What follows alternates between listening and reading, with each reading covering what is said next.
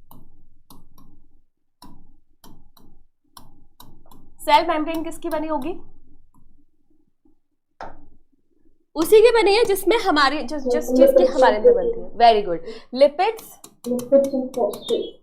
And proteins, वो lipids के अंदर ही आता है, फॉस्फोलिपिड्स, लिपिड्स एंड प्रोटीन्स की बनी होती है।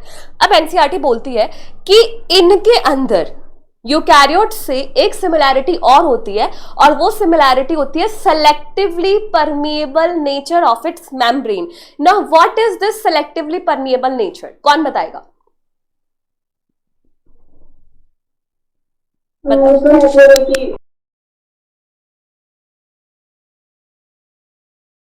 एक एक करके पहले चलो अवनी बोलेगी, पहले अवनी।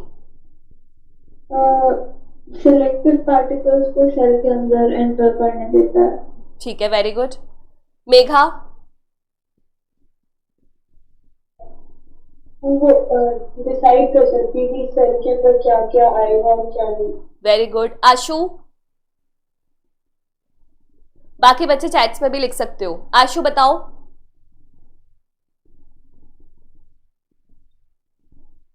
अच्छा, it let only selective things to enter inside the cell. Very good. तो सेलेक्टिव नाम से पता चल रहा है कि वो सेलेक्टिव चीजों को ही भेजेगा। तो ऐसे ही हमारी सेल मेम्ब्रेन भी करती है। तो आपको ये चीज ध्यान रखनी है, it is selectively permeable just like the membranes of eukaryotes.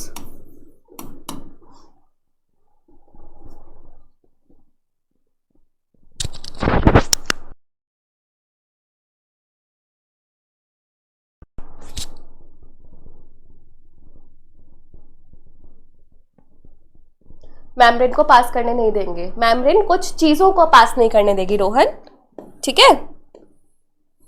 चलो ये लिख लिया सबने? डन? ओके।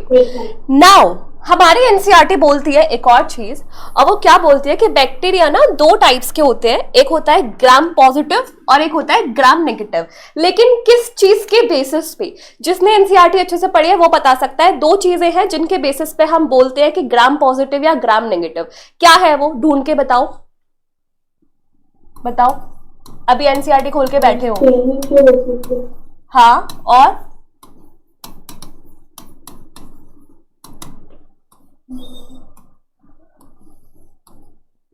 बताओ। Very good. एक तो है on the basis of staining, और दूसरा क्या है? On the basis of modifications in cell envelope. Cell envelope में कुछ बदलाव है जिसकी वजह से आप इनको ग्राम पॉजिटिव या ग्राम नेगेटिव बोल रहे हो। यूकैरियोटिक सेल कहां से आया? मतलब इस टॉपिक में कहां से आया? प्रोकैरियोट्स का ही मॉडिफिकेशन है। प्रोकैरियोट्स में मॉडिफिकेशन हो के, इवोल्यूशन हो के हमारा यूकैरियोट आया। तो आपके पास दो टाइप्स के सेल्स आ जाते हैं, एक होता है ग्राम पॉजिटिव और एक होता है हमारा ग्राम नेगेटिव।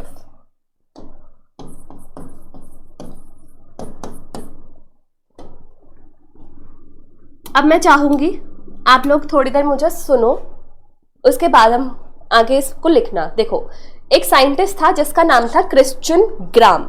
क्रिश्चियन ग्राम ने ये बहुत बड़ा प्रोसेस है, बट मैं बहुत सिंपल शॉर्टकट में आपको समझा रही हूँ क्योंकि प्रोसीजर नीट में नहीं आने वाला है। तो क्रिश्चियन ग्राम ने एक स्टेन बनाई जिसको हमने बोला ग्राम स्टेन। अब वो ग्राम स्टेन क्या करती थी? पेप्टाइडोग्लाइकन को स्टेन कर लेती थी। तो कुछ बैक्टीरिया ऐसे हुए जो हद से ज्यादा स्टेन हो गए, मतलब आपने उनके साथ कुछ भी कर लिया लेकिन वो अपनी स्टेन के लिए लॉयल थे। वो जो स्टेन थी वो बैक्टीरिया को ब्लू कलर दे रही थी। तो जो लॉयल होगा हमारे लिए वो हमारा पॉजिटिव बनता है, और जो रंग बदल लेगा वो नेगेटिव हो जाएगा। तो वो बैक्टीरिया जिनके पास ब्लू कलर रिटेन रहा उनको बोला ग्राम पॉजिटिव, और जिन्होंने ब्लू कलर को छोड़ दिया वो हो गए ग्राम नेगेटिव। अब ये जो स्टेन थी वो पेप्टाइडोग्लाइकन को स्टेन करती थी। क्या करती थी? पेप्टाइडोग्लाइकन को स्टेन करती थी। तो अब तुम मुझे सोच के बताओ कि ग्राम पॉजिटिव और ग्राम नेगेटिव में से किसके पास ज्यादा पेप्टाइडोग्लाइकन होगी? Gram positive. पॉजिटिव, क्योंकि वो लॉयल रहे थे स्टेन के लिए, और स्टेन तो वैसे भी पेप्टाइडोग्लाइकन को स्टेन कर रही थी। तो हम यहां पे ये बोलते हैं कि ग्राम पॉजिटिव जो होते हैं इनके पास 80% पेप्टाइडोग्लाइकन होता है, पेप्टाइडोग्लाइकन। और जो ग्राम नेगेटिव होते हैं उनके पास 20% पेप्टाइडोग्लाइकन होता है। तो बाकी का 80% यहाँ पे क्या होता है? कुछ और एक्स्ट्रा चीजें होती है जो हमारे काम की बिल्कुल भी नहीं है। तो बस ये आपको लिखना था, और यहाँ पे मैं एक नोट पॉइंट डाल देती हूं।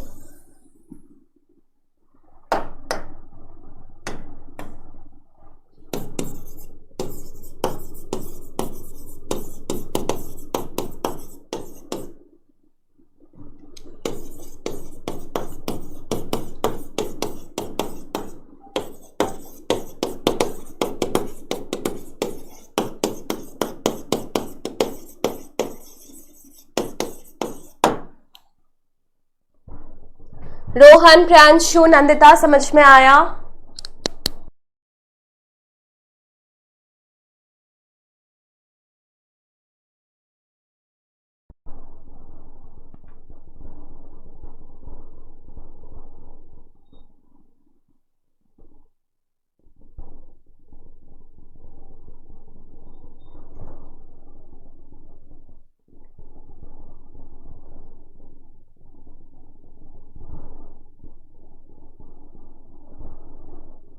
Very good.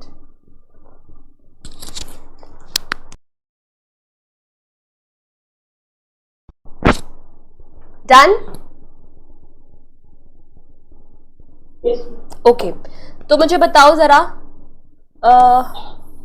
ग्लाइकोकैलिक्स क्लियर है सबको? हाँ, ठीक है। सेल वॉल क्लियर है सबको? Very good. इसके बाद सेल मेम्ब्रेन क्लियर है, gram positive gram negative clear है। अब बात करते हैं मीजोसोम, लेकिन मीजोसोम से पहले मैं बात करना चाहूंगी genomic DNA and plasmid DNA. देखो, आपका जो प्रोकैरियोट है उनके पास 2 टाइप के डीएनए मिलते हैं। जैसे अगर मैं बनाऊं आपका एक प्रोकैरियोट, तो प्रोकैरियोट में एक तो होता है उसका मेन डीएनए, इसके अलावा इसके पास होता है छोटू सा DNA.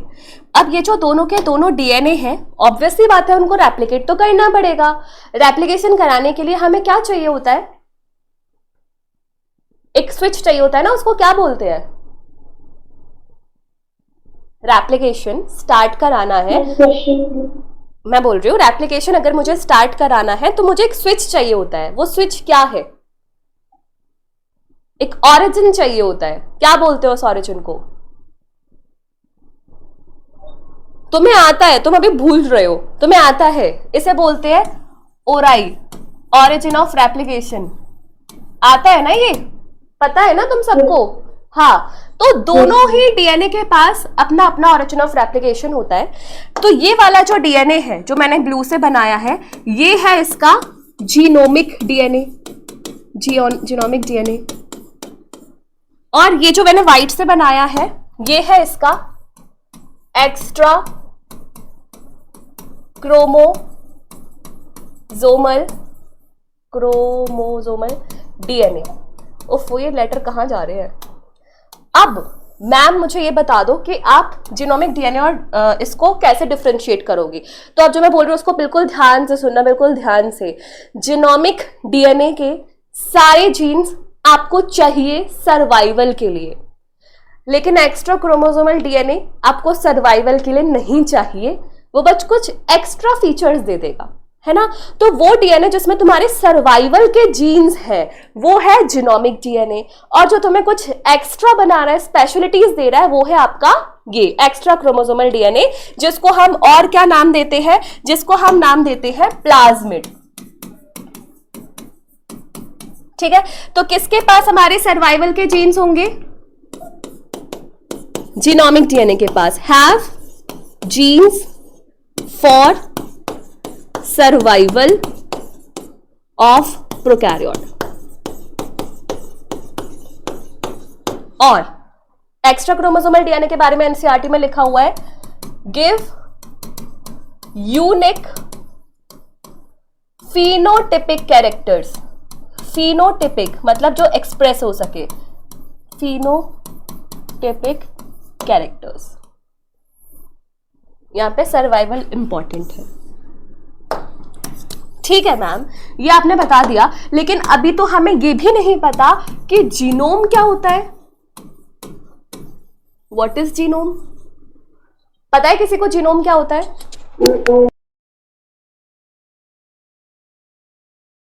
Very good, very good. या फिर अगर मैं बिल्कुल सिंपल शब्दों में बोलूं तो टोटल जीन्स इन अ सेल, जितने भी जीन सेल के अंदर है वो जीनोम है ना।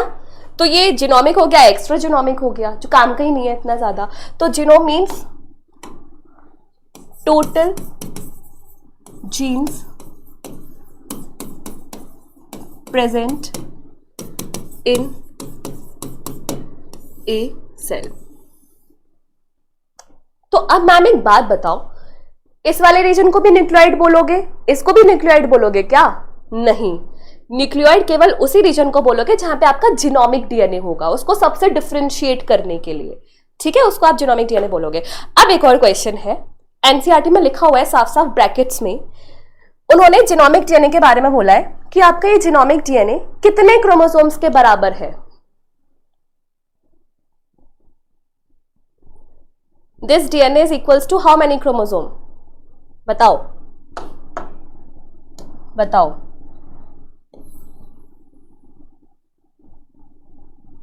बताओ बताओ बताओ। Are you sure? चैट्स वाले बच्चे चैट्स में नंबर लिखो और आशु और अनवी अपना आंसर दो। दिस डीएनए, जब भी डीएनए आया प्रोकैरियोट्स में, आपको यही ध्यान में रखना है, ये ध्यान में नहीं रखना क्योंकि सबके पास ये होता भी नहीं है। तो ये डीएनए कितने क्रोमोसोम्स के बराबर होगा? Priyanshu, Nandita, Rohan, Ashu, Anvi. 11 very good, 1 chromosome के बराबर होगा। So this 1 DNA is equal to 1 chromosome. लेकिन एनसीईआरटी आगे ये भी बोल रही है कि यहां तो हमने क्रोमोसोम बोल दिया, लेकिन ये मत सोच लेना कि इनके पास सच में ऐसा वाला क्रोमोसोम होता है। इनके पास ऐसा क्रोमोसोम नहीं होता, इनके पास तो लूप में अरेंज्ड क्रोमोसोम होता है। तो ये भी बोला गया है, ऑर्गेनाइजेशन क्रोमोसोम जैसी है नहीं, लेकिन आप इसको 1 क्रोमोसोम के बराबर बोलोगे। तो एक बात बताओ, यानी इसके क्रोमोसोम्स तो पेयर में है ही नहीं, तो मैं इसे हैप्लॉइड बोलूं या डिप्लॉइड बोलूं? क्या बोलूं? अनवी कुछ लिपसिंग कर रही है, क्या हैप्लॉइड बोला? हैप्लॉइड बोला अनवी ने। हाँ मेघा? ये कंटेंट ही क्रोमोसोम के बराबर है, पर वैसे ही हैप्लॉइड डिप्लॉइड थोड़ी बोलेंगे, बट बोलना पड़ा जबरदस्ती, तो क्या बोलोगे? Where is this given? Wait, इसलिए मैंने एनसीईआरटी के स्क्रीनशॉट्स रखे हैं।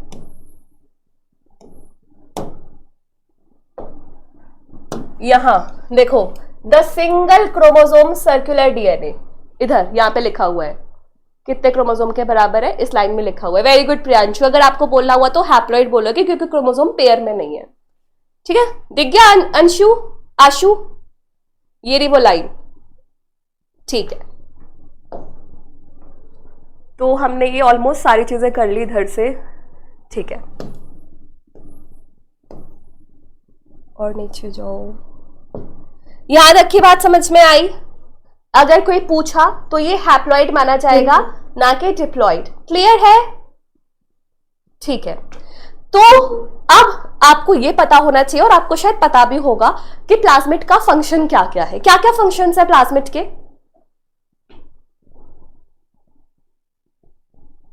मैं ही बता देती हूँ।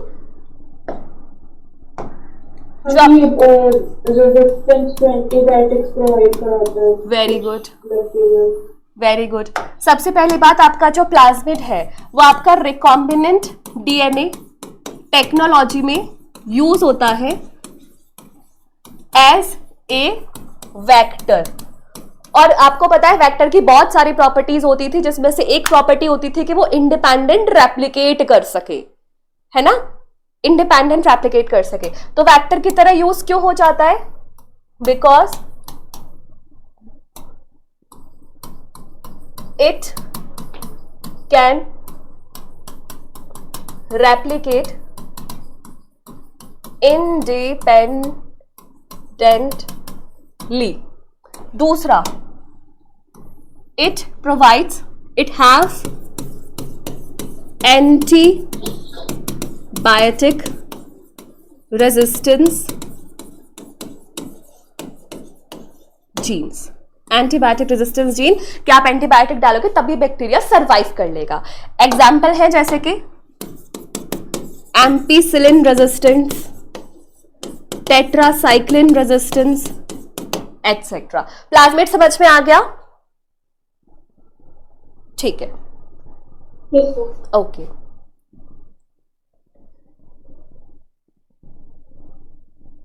इसके बाद अब हम बात करते हैं मेसोसोम की। बढ़ जाओ आगे, ठीक है। No, अब no, एक continue. ठीक है ठीक है ठीक है, रुक गई।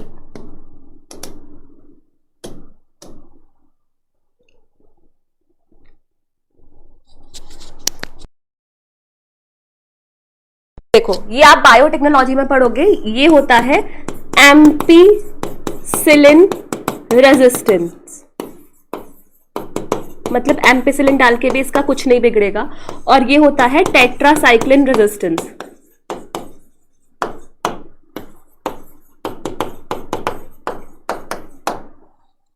This R indicates resistance. Okay, Priyanshu. बाकी बच्चे चैट्स नहीं कर रहे हो, एक्टिव मोड में आ जाओ। मेरा ध्यान तुम्हारे चैट्स पे पूरा है। बढ़ो आगे अब। चलो अब बात कर लेते हैं हमारे मीजोसोम की। तो मीजोसोम क्या है? ऑप्शन नंबर 3 ऑप्शन दे रही हूं, जो ऑप्शन है उतनी फिंगर दिखा देना मुझे। Mesosome is an invagination, evagination, inclusion. First Imagination. Invagination, है ना। एंड एनसीईआरटी बोलती है कि mesosome is the characteristic of prokaryotes. केवल प्रोकैरियोट्स में मिलेगा, किसी भी यूकैरियोट में नहीं मिलेगा। मीजोसोम के बहुत सारे फंक्शंस बताए हैं एनसीईआरटी ने, तो उन फंक्शंस को पहले मैं तुम्हें समझाने की कोशिश करती हूँ, ठीक है। तो सारे लोग लिखना बंद कर दो, लिखना बंद कर दो। जैसे मान लो ये है आपका मीजोसोम, एक मीजोसोम मान लो इधर से भी है, ठीक है, और मीजोसोम के ऊपर होती है आपकी सेल वॉल। तो एनसीईआरटी बोल रही है कि ये जो मीजोसोम है ना, ये सेल वॉल फॉर्मेशन में हेल्प करता है। ऑब्वियस ही बात है कि इसके ऊपर ही सेल वॉल है, तो हो सकता है ये कुछ ऐसे फैक्टर्स रिलीज करता हो जो सेल वॉल को बना दे। दूसरा, एनसीईआरटी बोलती है कि इसके अंदर कुछ एंजाइम्स होती हैं जो ये सिक्रीट करता है। तभी बात है सिंपल सी, सिक्रीट करता होगा तभी सेल वॉल बनती होगी। तो 2 फंक्शन आ गए, सिक्रीशन, सेल वॉल फॉर्मेशन। तीसरी चीज, आपकी प्लाज्मा मेम्ब्रेन पे कौन सी एंजाइम्स अटैच थी? रेस्पिरेटरी एंजाइम्स अटैच थी ना, रेस्पिरेटरी एंजाइम्स। तो एनसीईआरटी बोलती है कि जो मेसोसोम है ना, ये आपका सरफेस एरिया इंक्रीज कर रहे हैं ताकि ज्यादा से ज्यादा एंजाइम्स अटैच हो जाए, जो कि सिंपल है, वैलिड भी है। अगर यहाँ पे मेसोसोम ना होता, ऐसे सिंपल लेयर होती तो 2 अटैच हो जाती, अब वहीं पे आपकी कितनी सारी अटैच हो जा रही है ना। फिर ये बोलता है कि डीएनए रेप्लिकेशन में हेल्प करता है, साथ साथ एंश्योर करता है कि बराबर बराबर डीएनए बटे दोनों सेल्स के पास। तो जैसे हमारे एनिमल्स में होता है ना क्लीवेज फरो मेथड, बीच में ऐसे कॉन्स्ट्रिक्शन आ जाती है, तो हो सकता है मेसोसोम भी आपस में ऐसे फ्यूज कर जाते हो और 2 सेल्स सेपरेट हो जाते हो, है ना। तो अब हमें यही फंक्शंस इसके लिखने हैं।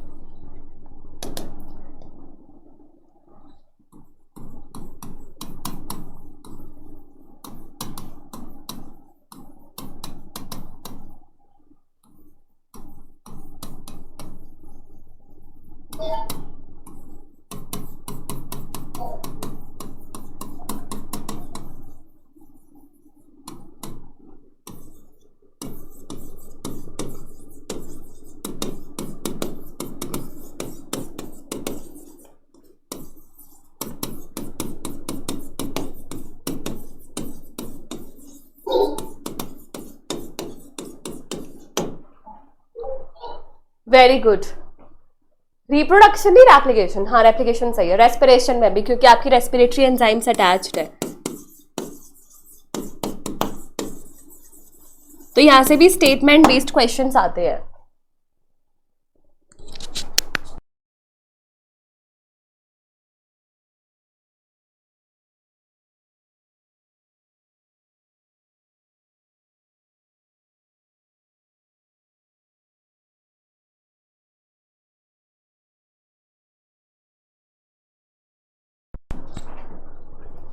डन कर लिया? ठीक है, अब मैं कुछ क्वेश्चंस देखती हूँ। ये बताओ,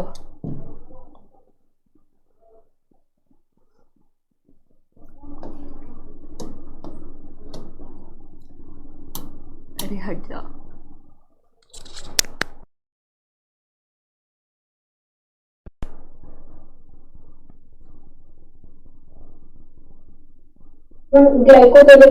ग्लाइकोकैलिक्स 3, आशु का भी 3 आया। चैट्स में बच्चों एक्टिव हो जाओ जल्दी। अब नहीं, क्या आंसर आएगा?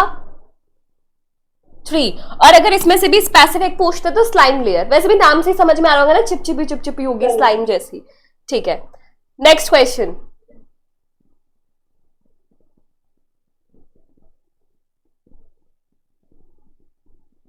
Plasma membrane because of its selectively permeable nature.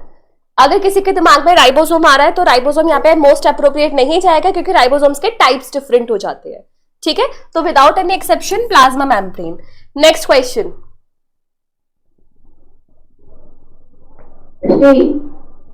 Extra chromosomal genetic material of bacteria. Very good. इसके बाद पॉलीजोम। ये अटेम्प्ट करने की कोशिश करोगे? पॉलीजोम मैंने पढ़ाया नहीं है, बट एक बार अटेम्प्ट करने की कोशिश करो।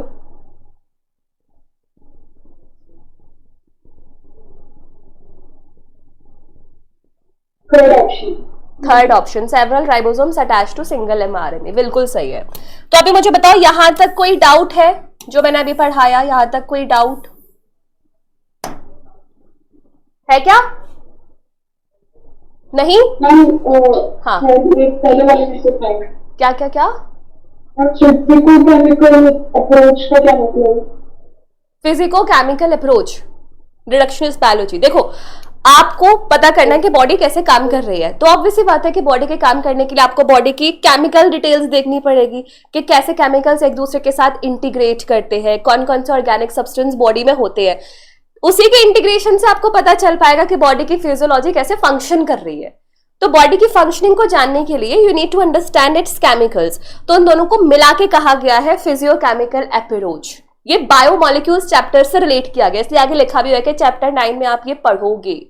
ठीक है, अब देखो, जैसे आपका मेसोसोम था, ऐसे ही कुछ ऑर्गेनिजम्स ऐसे होते हैं जिसमें एक और ऐसा ही सैक लाइक स्ट्रक्चर बनता है, लेकिन इस बार इसमें फिल्ड रहते हैं पिगमेंट्स। तो ऐसे सैक लाइक स्ट्रक्चर को हम नाम दे देंगे क्या? क्रोमैटोफोर्स। और इसका एग्जाम्पल क्या होता है? Example cyanobacteria.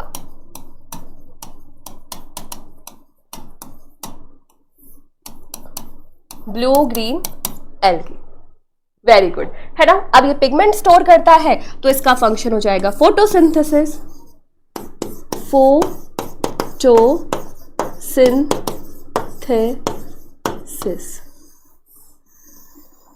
देखो, साइनोबैक्टीरिया को साइनो वर्ड क्यों लगाया, उसका भी एक रीजन है, क्योंकि साइनो वर्ड इंडिकेट करता है ब्लू कलर। तो ब्लू ग्रीन एल्गी को ब्लू कलर से इंडिकेट करने के लिए साइनो वर्ड यूज किया है। ठीक है, चलो अब इसके बाद हमारे पास नेक्स्ट स्ट्रक्चर आता है। बढ़ो आगे आशु। ठीक है, नेक्स्ट स्ट्रक्चर इज पॉलीजोम। अब यहां पे अपने पेन कॉपी छोड़ दो, थोड़ा सा हम जाते हैं मॉलिक्यूलर बेसिस ऑफ इनहेरिटेंस में, बहुत थोड़ा सा टच करेंगे, ज्यादा नहीं। आपको पता है कि आपका जो डीएनए है, डीएनए के बाद आरएनए बनता है, आरएनए के बाद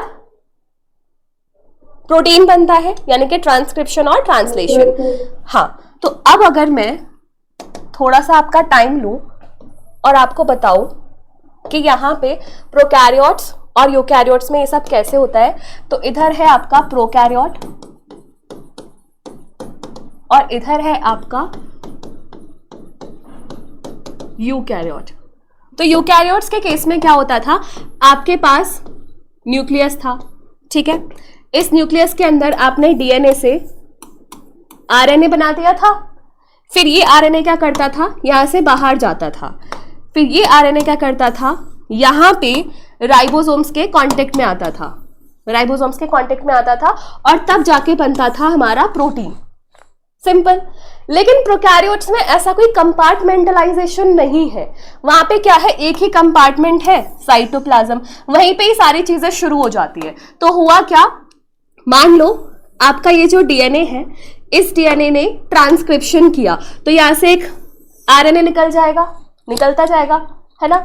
जैसे ये बाहर निकलेगा फटाफट से, क्योंकि इसके अंदर पोस्ट ट्रांसक्रिप्शनल मॉडिफिकेशन तो आप नहीं कराते हो, मॉलिक्यूलर बेसिस में पढ़ा है, कुछ नहीं करना, ताजा ताजा आरएनए निकाला, फटाफट से इसको राइबोसोम इस पे ऐसे अटैच हो जाते हैं, ribosome.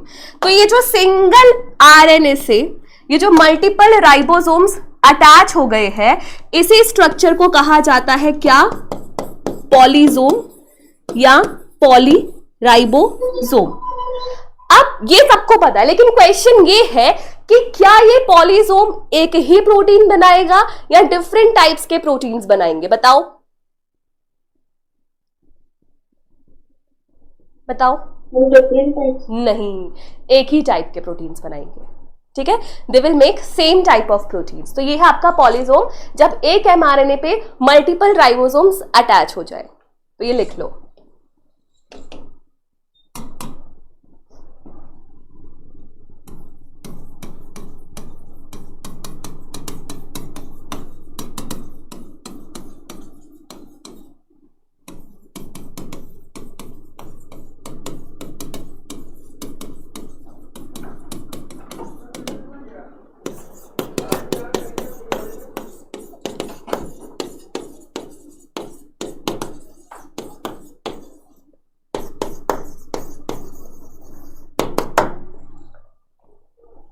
Same, very good Priyanshu, एकदम सही आंसर।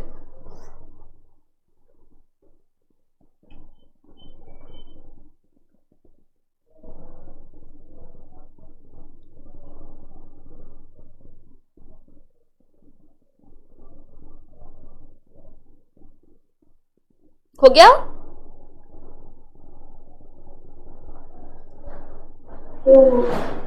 क्लियर है ये? अवनी क्लियर है? आशु क्लियर है? प्रियांशु, रोहन, नंदिता? चलो, इसके बाद हमारे पास नेक्स्ट स्ट्रक्चर आता है सरफेस अपेंडेजेस। कितने सरफेस अपेंडेजेस होते हैं बैक्टीरिया के पास?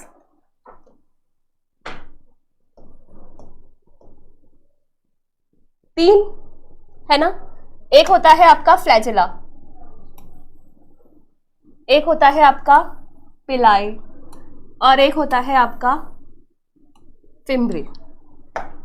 So this is flagella, this is पिलाई and this is fimbriae. Okay, flagella किसका बना होता है? Very good Priyanshu, 3। फ्लैजिला किसका बना होता है? मैंने बताया था फ्लैजुलेंट प्रोटीन का। ये बना होता है पिलिन प्रोटीन का, ये भी बना होता है पिलिन प्रोटीन का। अब एनसीईआरटी में फ्लैजिला के बारे में थोड़ा सा डिटेल्ड डिस्कशन है कि ये आपका सेल मेम्ब्रेन से निकलता है। पहली बात तो ये आपकी सेल मेम्ब्रेन हो गई, दिस इज सेल मेम्ब्रेन। अब सेल मेम्ब्रेन में इसका जो पार्ट फंसा होता है उसे आप बोलते हो बेसल बॉडी। बेसल बॉडी के बाद नेक्स्ट स्ट्रक्चर आता है और इसके बाद ऐसे लंबी सी एक्सटेंशन। तो इसके 3 पार्ट्स हो गए, this one followed by this one followed by this one. So this is your basal body.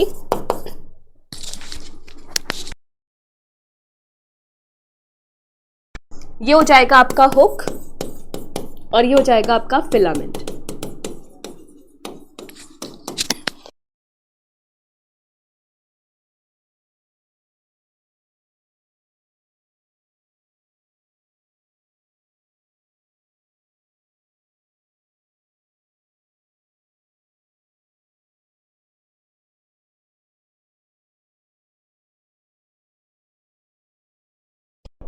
अब इन तीनों में से लॉन्गेस्ट पार्ट कौन सा है?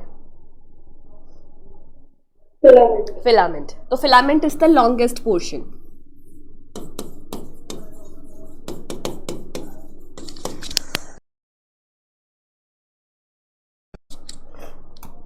पिलाई का काम क्या हो जाएगा? रिप्रोडक्शन। और रिप्रोडक्शन में एक इंपॉर्टेंट टाइप होता है जिसका बस अभी नाम लिख लो, पढ़ेंगे हम बायोलॉजिकल क्लासिफिकेशन में। इसका नाम होता है कॉन्जुगेशन। आई होप किसी ने नाम सुना होगा। कॉन्जुगेशन सुना है ना? तो ये पिलाई उसमें काम आता है, कॉन्जुगेशन में। कहां पढ़ेंगे? Biological classification. और फिमरे का काम क्या हो जाता है? अटैचमेंट विद होस्ट और सबस्ट्रेटम।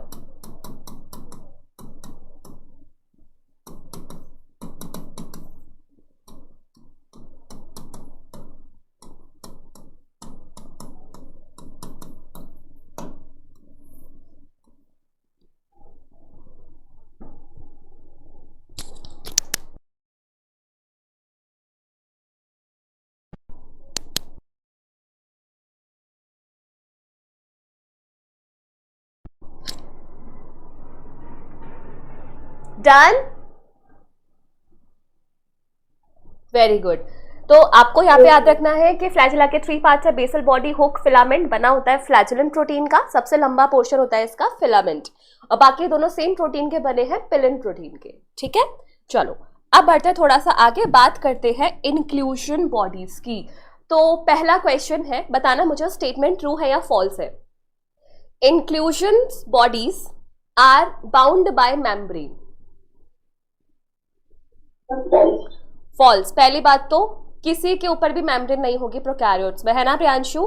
सो सबसे इंपॉर्टेंट पार्ट है कि ये है आपका membraneless.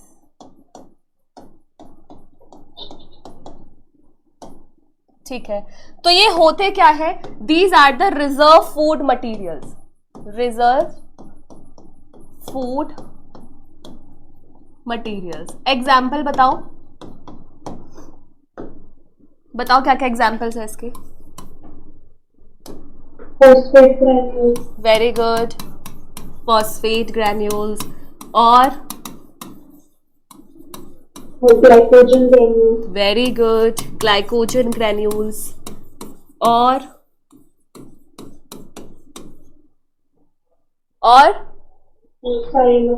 Very good, cyanophycean granules.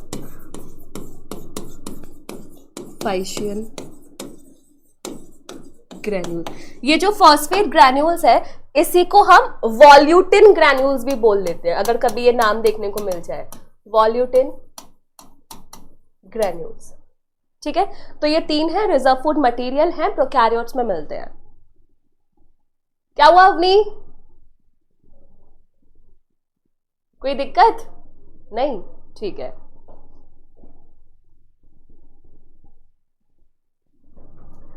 अब इसके बाद एनसीईआरटी में ही एक टर्म दिया हुआ है, गैस वैक्यूल।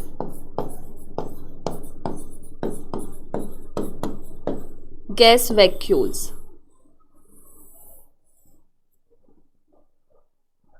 क्या ये मेम्ब्रेन बाउंड है? नहीं। क्या लगता है कि इसकी एक मेम्ब्रेन होनी चाहिए? कैसे पता चलेगा कहां तक गैस जानी है? देखो, अब ध्यान से सुनना, ध्यान से। मेम्ब्रेन बाउंड आप तभी बोलोगे जब उसकी मेम्ब्रेन में लिपिड और प्रोटीन दोनों हुए। अगर दोनों में से कोई एक चीज हुई ना, तो भी आप मेम्ब्रेन बाउंड उसे नहीं नाम लोगे। तो एक्चुअली में गैस वैक्यूल्स जो होती है वो प्रोटीन बाउंड होती है, लेकिन वो मेम्ब्रेन बाउंड नहीं बोलोगे क्योंकि उसमें लिपिड कंपोनेंट तो है ही नहीं। तो मेम्ब्रेन कैसे नाम घोषित कर दोगे? सिंपल है भाई, आप बैक्टीरिया में ऐसे थोड़ी हवा छोड़ दोगे सिंपल, उसमें तो और भी चीजें आनी है। तो एक कंपार्टमेंट तो होता है, लेकिन उसके सराउंड में प्रोटीन होता है, तो उसको आप मेम्ब्रेन नाम घोषित नहीं करोगे। तो इसका काम क्या होगा गैस वैक्यूल्स का? बायोएनर्जी प्रोवाइड करेगा उन ऑर्गेनिजम्स को, उन बैक्टीरिया को जो एक्वेटिक होते हैं। एग्जाम्पल बताओ, बताओ एग्जाम्पल बताओ, याद होने चाहिए।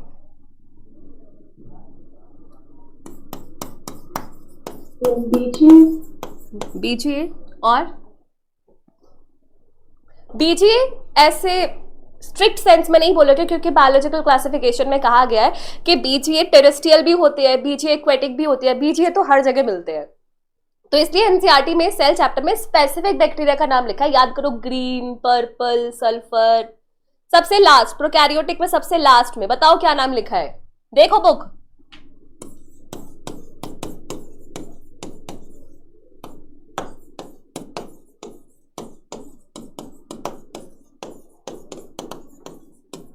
मिला?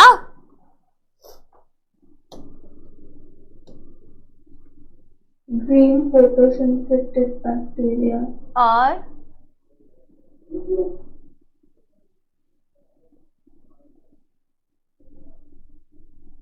blue and green photosynthetic bacteria, एक तो पर्पल सल्फर बैक्टीरिया,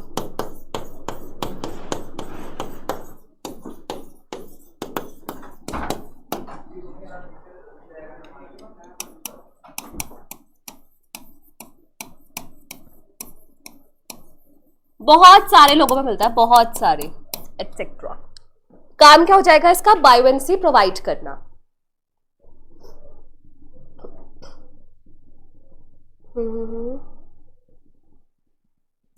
ये कर लिया तो क्वेश्चन दो, अब 2 क्वेश्चन है, करूं? yes, इस क्वेश्चन का आंसर बताओ, बहुत सिंपल है, बहुत ही सिंपल है। chromatophores, क्रोमैटोफोर्स, ये क्या होता है?